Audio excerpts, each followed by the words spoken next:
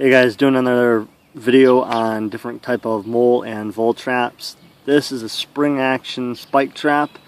Has 6 prongs that shoot up into or shoot down into the ground when they're triggered by that trigger plate being pushed up by the mole going through their tunnel. First thing you want to do is locate the tunnel. I got a tunnel going right through here.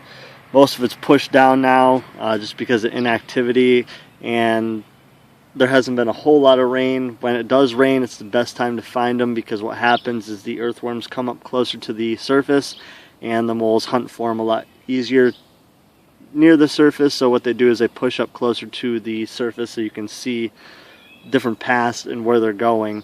A lot of the times when it's dry out, they tend to stay below the surface, so you really can't see where they're going. So you could have 2, 3, 4 moles going through your yard and you won't even know it. But this is pretty easy to set. Basically all you're going to do is find the main runway, and the way you can find this is by simply pushing down on a part of trail and coming back and see if it's actually bumped back up again. And you can do this for a couple of days. If it's not bumped up after usually the first day, it's usually not a main path. So you want to go elsewhere and find the main path.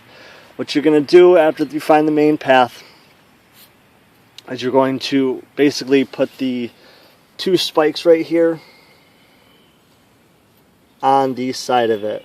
So you got the trail right there, and you're going to push it down and basically until the trigger plate is right above the ground. That way once they come through, it shoves the trigger up, and that way it shoots the spikes down. So like I said, once they come through, they pretty much trigger it and it shoots down into it. If you do have a real hard ground or a rocky ground or anything like that, you do want to push the trap through a couple of times into the ground. That way you know the spikes will shoot down into it. And that way it spears right through it and it doesn't just stop into the ground and let the mole go through. This is one of the traps that I've used. It does catch a couple of them, but a lot of times you don't really know it because it either wounds the mole or misses it completely. I've killed probably 2 or 3 with this and have had quite a few readers write in that they've killed quite a few and gotten quite a few.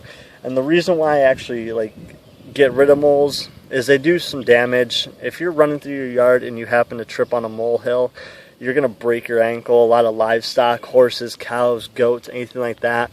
I know it seems mean to kill them, but when your livestock is running through the field or your yard, or your dog's running through the yard and happens to catch their foot in one of these and break their ankle, you're going to have a whole lot of vet bills versus 1 or 2 dead moles. And you'd be surprised what 2 moles can do to a yard.